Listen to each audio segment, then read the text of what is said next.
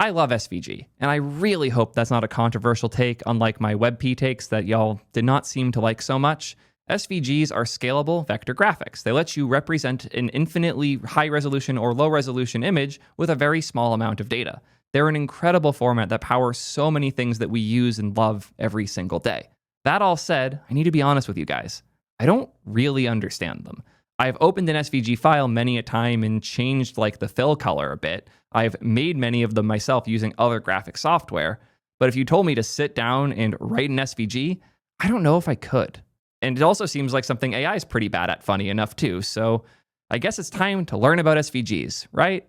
Thankfully, Josh Comio, the absolute legend, just put up an awesome article breaking down how SVGs actually work. I'm so excited to dive into this one because I have always felt a little gimped by my lack of proper in-depth knowledge of SVGs, especially when it comes to animation stuff. I know there's some weird history about how animations do work in SVGs, but it's not officially supported. You're supposed to do it with CSS. Oh God, I'm not excited about that part, but I am excited to learn a lot more. I have a good feeling about this one. Every time I cover Josh's work, it becomes one of my best videos. I have a feeling this is going to be one of those cases. If you think it's hard to make smooth SVG animations, you have no idea how hard it is to do a smooth sponsor transition. So we're going to cut straight to it and then dive in. Stop me if you've been here before. You have a new feature you need to add to your application, but you don't even know where to start. Like, you know how to build it, or your AI knows how to build it, but you don't know what it should look like. You ask your AI tool of choice to build it for you, and maybe the code works, but it doesn't look very good. And you just wish you knew how to make it look right.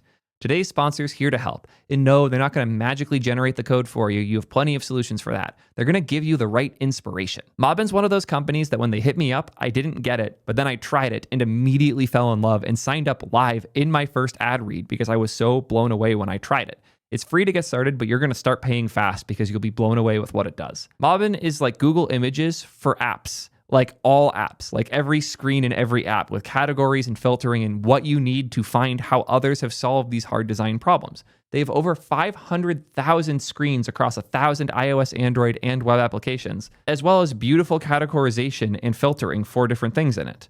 Let's say we want to look at paywalls. Oh, that's a lot of different options. Let's filter it down to things in a category that's relatable to us. Let's look at AI paywalls. Here's how a bunch of different AI apps do paywalls. This is actually really useful because we're in the process of building a mobile app for T3 Chat. And look at that. The ChatGPT Plus solution's actually quite nice. If we want to use this for our own work, Command-Z, Command-Tab, Command-I, paste, make it look like this.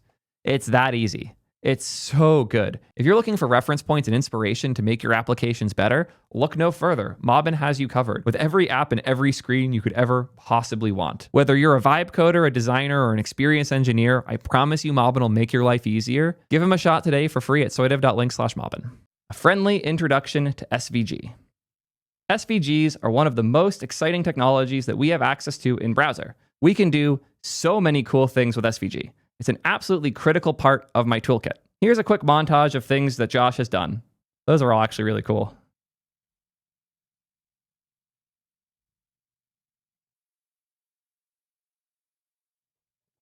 That's nuts.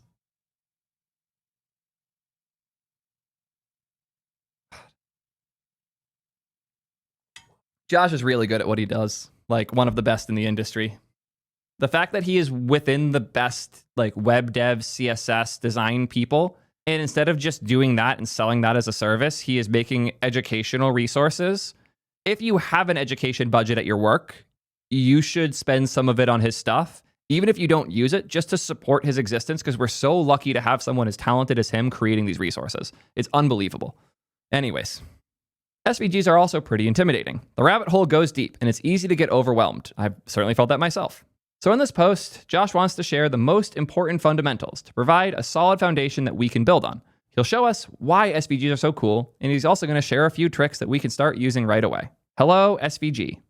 At its core, scalable vector graphic is an image format like JPEG or GIF. We can pop them into an image tag like any other image. This works, but it's also not what makes SVG so cool and interesting. The real magic happens when you use an inline SVG. Most image formats like JPEG are binary formats. If you try to open them in a text editor, you'll see a bunch of gobbledygook. SVGs, by contrast, are specified using XML syntax, just like HTML. Instead of specifying the RGB color for each pixel, SVGs contain the set of drawing instructions required to render the illustration. somewhat magically, we can drop the raw SVG code right into an HTML document. Here we have an SVG that's 100 pixels wide and tall with a circle. It's filled hot pink. Its radius is 30. Its X and Y, I think CX and CY are like width and height. It's at the 50. Can I change this? Oh, it's a position. Yeah, so it's relative. Its center X and center Y positions are 50-50, so it's right in the middle. Makes sense. Thank you, chat. I realized that right as chat corrected me. Thank you, guys. As you can tell, we're about to learn a lot together. In HTML, we're given a set of primitives that are all document related. Paragraphs and headings and lists, the same primitives that you get in Word. SVG is the same sort of deal, but all the primitives are for illustrations, things like circle and polygon and path. I'll be honest, I feel like when I look at an SVG, all I see is a shitload of paths. I'm curious how much the other things matter. I'm sure they do more than I give it credit, but in my experience, they haven't mattered a whole lot, so this will be a fun thing to learn. The really cool thing is that SVGs are first-class citizens in the DOM. We can use CSS and JavaScript to select and modify SVG nodes as if they were HTML elements. Here's an example of that. We can focus or tap the element, and when we do that, the CSS applies to the pieces of the SVG. So we fill the circle with hot pink, so we don't even have to put the color there. And then on hover or focus visible, we make it bigger and we move the position. We could also change the fill to be red, and it'll change. Isn't that cool? And I'm gonna put the fill on a transition too. And look at that. If I make it 1500, it'll be way slower with the red. Show me a GIF that could do that. Many SVG attributes, like the circle's color and radius, moonlight as CSS properties. That means I can change them in CSS and even use CSS transitions to animate them. This is what makes SVG so powerful. It's like an alternate reality version of HTML that focuses on illustrations instead of documentation, and we can use our existing CSS and JS skills to make them dynamic. Oh, this scares me, but I'm excited. Writing SVGs by hand. It might seem a bit counterintuitive, but I often create my SVGs in a code editor rather than using design software like Illustrator or Figma. Design software can export to SVG, but it tends to mash everything together in a single path element. Suddenly, my biases are making sense. This makes it much trickier to animate individual elements, which is, in my opinion, the coolest thing about SVG. It does depend a bit on what you're doing. Beyond a certain complexity, it's a lot more practical to do it in specialized software. But for the sorts of things I showed in the montage above, I think it's easier to code them by hand. You see a little one there when I hover. Well, yeah, he's good at this. I take his word for it. I'm excited to get good enough at it that I can actually write them by hand. Let's see how this goes. As we saw above, SVG contains its own set of UI primitives. Instead of div and button, we have shapes like circle and polygon. Let's go through them. The most basic is a line. You have X and Y coordinates, X1, Y1 for the first point and X2, Y2 for the second. You can give it a stroke, which is any color that your browser supports, as well as a width for said stroke. Oh, look at that. You gave us knobs. Such a basic thing, but already we've done something we can't easily do in HTML. The only way to draw a diagonal line in HTML is to create a long, thin DOM node and rotate it, which quickly turns into an advanced math problem if you need that line to start and end in specific places. Oh man. Yeah, I hadn't even thought of that. Oh, it made sounds? I didn't even hear the sounds. Oh, Josh, you've done so good. That's so good. Anyways, one thing I can relate to here is not exactly the same. I made a dumb game, and I think this would have been 2021, if I recall. Dogecoin Simulator. It's very inspired by Universal Paperclip, but you're trying to maximize your return on Dogecoin. I made it during the Dogecoin bubble. And something I really, really wanted to do, and you can see I kind of pulled it off here, is I wanted all of my borders to be really shitty and hand-drawn. I really wanted to make my borders on buttons not lined up right.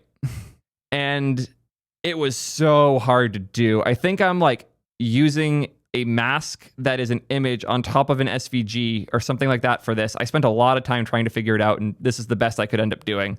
Making things in HTML that aren't just straight lines or border radius is pulling teeth. I just got told about an Easter egg. And if you know anything about me, you know I cannot help myself when it comes to Easter eggs. Oh. That's cute. Back to it. So if you want a diagonal in SVGs, it's very easy.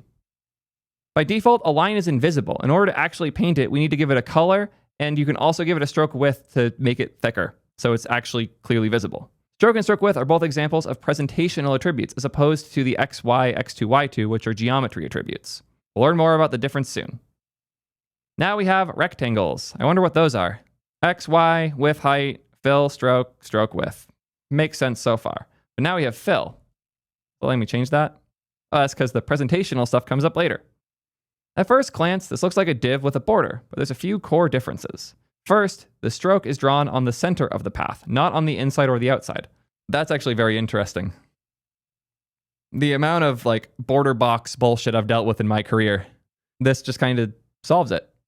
Yeah, so as you make it bigger, you end up reducing the space on the inside and expanding on the outside too. Hard to do math around, but consistent, at the very least. This is true for all shapes, not just rects. And unfortunately, it's not configurable. You can't specify that a shape should have its stroke drawn on the outside or the inside. Another interesting thing to note is what happens when you reduce the width or the height to 0.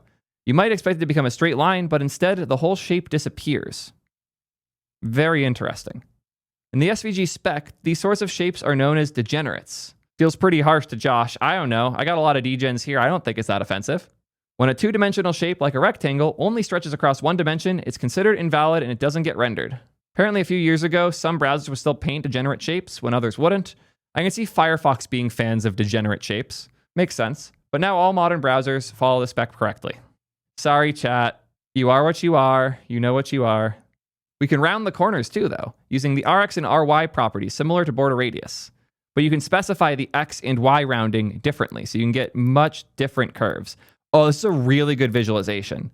The Rx and Ry are almost as if you're drawing a circle or an oval from the corner, and the shape of that circle is what determines the radius. I really like this way of visualizing that. Ellipse, sure, thank you, chat. You get the idea. I work on databases, not user interfaces. I know I'm stereotyped as the JS guy, but hopefully this is showing you guys UI design are not my strength. Speaking of ellipses, time to go to the circle. A center X and center Y position, because you're positioning it based on its center point. I like that because it's not X1, X2 like it was for the other things. It's the center point. Makes sense. Makes it a little hard to position things relatively, like getting the circle right next to a rectangle could be annoying because you have to calculate based on this and radius relative to the X1, Y1 positions on another rectangle. And like with rectangles, circles will disappear entirely when the radius is set to 0. Oh, and then we have ellipses, which are separate from circles, so I guess they are different things. And here we can change the horizontal and vertical radius. And again, if either is 0, it disappears. Cool. There's also polygons, which are a set of points. I like that you can give it an array of points effectively. It's pretty cool. Dope. The points attribute takes a list of XY points. The browser will draw a line between each point and from the final point back to the first. I found this a bit confusing when I was learning SVG. In my brain, the term polygon refers to something very specific. Shapes that have rotational symmetry like triangles and squares and hexagons and octagons. Yeah, these are regular polygons, though. They're a flat subset of a broader polygon world. He loves his Easter eggs. Cute. To create regular polygons, we need to use trig. Oh boy, trigonometry. I was actually really good at trig in high school. It's a bit beyond the scope of the blog post, but I'll put the calculations in the playground if you'd like to learn more. These aren't that complex. Yeah, the rotation offsets for evens. That's fun.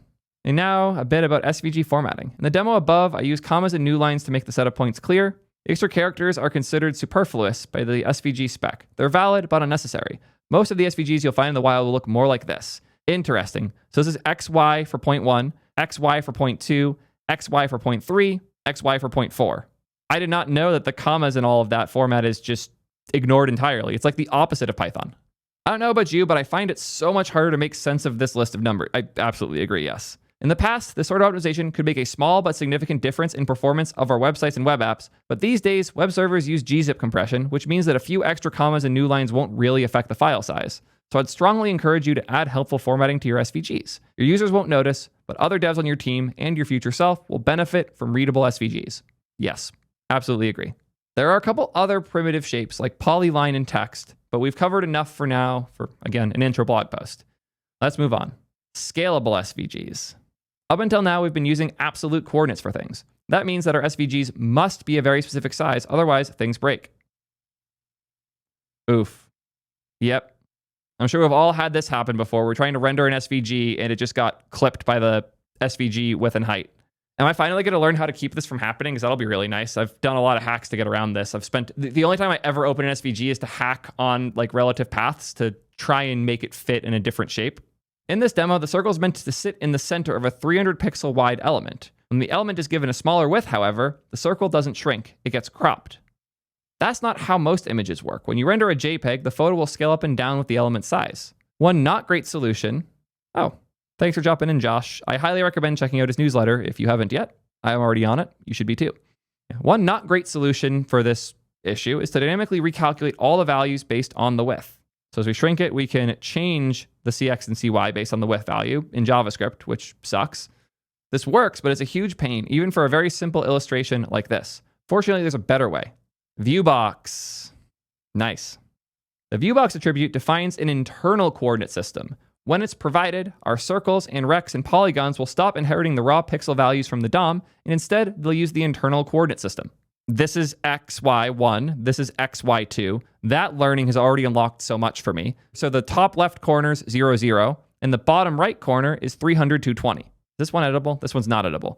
But this also means you can do negative in the corners for the view box if you want to position things differently. It means you can turn it into a square or rectangle or whatever other shape you want, and then you only have to set width or height, and it can figure out the rest from there. Very good. Somebody said, so view box is a rect? Yeah. Boxes are a type of rectangle. Makes sense. The view box attribute defines, yep. The view box takes 4 numbers, but really we can think of it as 2 pairs of 2 numbers. It's the top left and bottom right. Oh, look at that. I called it. Oh, that's such a cool visualization. That's so cool. We're changing the view box as we move this around. So when it's 0, 0, it's in that corner. And the box is 200, 200. We can see the extra space there. This is a really, really good visualizer for explaining this. Good shit as always, Josh. The view box actually kind of works like the viewport. This blog post, for example, is much taller than the browser window, so a portion of the lesson is shown in the viewport. You can change which part you're looking at by scrolling. The same sort of idea with a view box. This is a cool call out here about it being infinite, though. One interesting difference between HTML documents and SVG illustrations is that SVGs don't have edges. In theory, they extend in every direction by an infinite amount. There's nothing stopping us from placing a shape 1 million pixels away from the origin point in any direction. The view box decides which part of this infinite field we're looking at. Let's talk about the second pair of values used for the view box. These 2 values allow us to specify the width and height of the viewable area. So that's the view box size, and then we're shifting that. But again, I'm thinking of this as the top left and the bottom right. If we set this to 30, 30, okay, so that's still in the negative, so that's not right actually. So this is the XY origin point, and this is how far from X and how far from Y you're allowed to go. So if we have like negative, I'll do negative 40, negative 40. So we have negative 40 for the XY, and then 30, 30 for the size. That means this goes from negative 40 to negative 10, negative 10. This number gets added to this number to know the furthest X coordinate, and then this number gets added to this one to know the furthest Y. Yeah, as I was saying, the second pair of values that we pass to viewbox controls how much of the infinite SVG field we're actually looking at. It doesn't change the size of the SVG, that's controlled with width and height. Instead, it changes the zoom level, effectively. I like this way of thinking about it. In the demo above, our SVG is 300 by 300. If we set the view box to 0, 0, 300, 300, we have a perfect 1-to-1. But if we do 0, 0, 150, 150, the SVG is still 300 pixels by 300 pixels, but it's only displaying the 150 to 150 zone area of the SVG canvas. I like this analogy. It's like using the browser zoom function, command and plus and minus, which I use all the time. It doesn't change the size of the browser window, but it scales up everything within to 2x the original size. So we've seen how the viewbox attributes can be used to slide the viewable area around or to zoom in and out. To be honest with you, I'm not sure I've ever done either of these things. The only realistic use case I can conceive of for shifting and zooming the view box is if you have a gigantic chart with lots of detail and you want to guide the user through it by jumping from one section to another. I've also never seen this used. I mean, it's used for defining the SVG, but not for moving it around dynamically. The value of showing you this is to understand how the view box works, but in practice, we'll be keeping these values static. And again, part of the magic of SVGs is that they're vectors, which means that they're not pixel values. I mean, we literally do have pixel values for the X and Y coordinates, but they're not pixel values like they are in an image where every single pixel has a color assigned to it, which means when you start zooming in on an image, you will start seeing pixels. When you zoom in on an SVG, you won't, because they're scalable vector graphics. They are drawing lines at whatever resolution you choose to zoom in on. Yep. As they say here, we can zoom as much as we want without losing sharpness. It is pretty magical that we can zoom in by 10 or 100x and the image continues to look sharp. Like, it feels really, really cool. And now we have presentational attributes. In SVG, our shapes can either be filled in with the fill attribute, outlined with the stroke attribute, or both. The fill attribute is pretty self-explanatory. So let's focus on strokes. They're kind of like HTML borders, but way more powerful. Try flipping between the different variants here to get a sense of what's possible. Oh, the animations are so cool. The stroke line cap field in particular is really cool. Square, and you can choose how big each dash is. I didn't know that. That's really cool, actually. What? Okay, this is the biggest mind blow for me. I had no idea that strokes had that level of customization. If you've just been listening as I go through this, like, look at this point, because this is really visually cool. You can specify the dash array to choose how big the start and end for each dash is. At least that's my assumption. I'm sure we'll have this explained in a second, but that's so cool. We control the presentation of the stroke using a handful of stroke CSS properties. We can also set them as inline attributes. So instead of setting stroke width 5 in CSS, we can set it with just directly in the SVG itself. Here's a quick breakdown of these values. Stroke sets the color. Default's transparent. Stroke width sets the width of the stroke in pixels. Stroke dash array, this is the one I was excited about, sets the width of each segment in the gap between them. So we pass two values, like 10, 20. We're saying we want a 10 pixel dash with a 20 pixel gap between them. We can even specify a repeating pattern by specifying more than two values. Okay. So here we want the stroke to be 0, but with a gap of 20. So that's the big empty spot. And then we want a stroke that's 26 with a gap of 60. Where does that dot come from then? I don't know if I get this yet.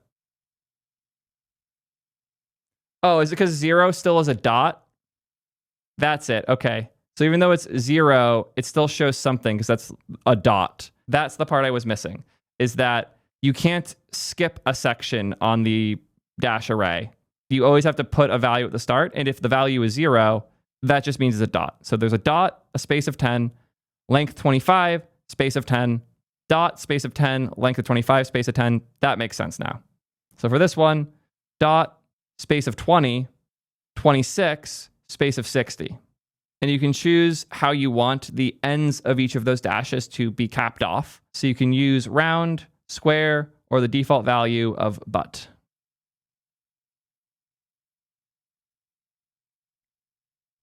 It is weird that the squares are all staying square for these, because they are like horizontal and vertically aligned straight, not aligned with this like they would have been if it was but. If I change this from square to but, we lose the dots. Okay, 4 would still be a square. But here, the squares are rotated based on the position in this, where if we put 0 with but as the stroke line cap, they disappear. If we change that to square, they stay aligned with like the page, not with the stroke. Very interesting. All cool things to know. But it's the thing I would never have guessed, and he kind of danced around it with using but here and not having the spots in between, is that when you use something other than square and round, so when you use the default, which is but, the 0 values don't get rendered. Apparently, if I make this 1, it will be aligned again. That's very interesting. This is like an edge case for if you have a 0 width dash. I hope he touches on all of this. This is a very interesting set of edge cases we've discovered. Oh no, it doesn't look like he does. Well, now you have homework if you want to understand more about this. Next, we have animated strokes, which he was absolutely using in that example. You can set transitions for all these different pieces at different speeds. So when they change, they'll animate. That's really cool. In the demo above, he's smoothly interpolating between the different stroke styles using very basic CSS transitions. There's also a separate dash offset that lets you slide the dashes around the shape. I was wondering about how that would work. That's really cool. You can even set up an infinite animation with this. Very, very cool. I'm starting to understand how to do animations in SVG correctly from this. The thing I was hinting at earlier is that you can inline CSS in an SVG so that the .svg file itself has the animation baked in. In certain places where you can upload an SVG will let you have an animated image as a result. So like if there's certain services that let you set an SVG as your pro pic or your background, you can add the CSS in there and it might work. Animations in SVGs directly is deprecated according to most things tracking web standards, but you can do it. For a seamless effect, you want to make sure that the stroke offset equals the combined length of the dash plus gap. Otherwise, you'll notice a flicker when the animation loops. Makes sense. If you animate the dash length and offset, you can actually create a fancy spinner with it. Oh, that's beautiful.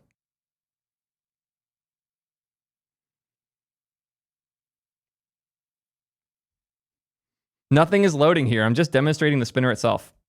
I would hope we've all been to that one GitHub account, that one GitHub repo, the SVG spinners repo that has a whole bunch of different spinners that are SVGs plus the CSS for them. But now that we understand this, let's look at said CSS. Fix that. There we go. We now have the actual CSS that is inside of this loading spinner. Transform origin center, animation uses the one that it defined here, the keyframe, 1.5 seconds, linear, infinite. And it transforms by rotating it 360 degrees. Super, super easy. Cool. Learning a lot as we go. Finally, the most famous trick is to create an illusion of an SVG drawing itself.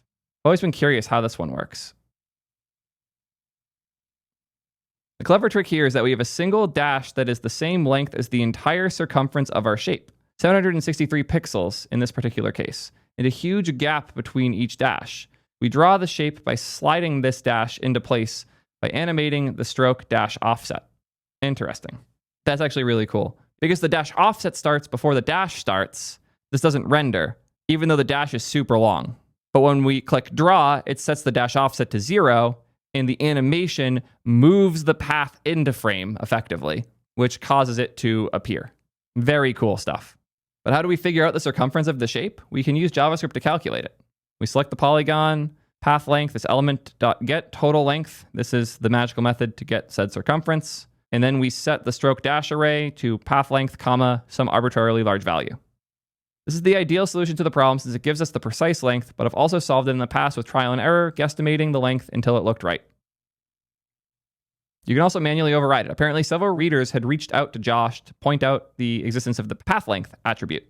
The attribute lets you specify an override for path length. So here we have it set to 100.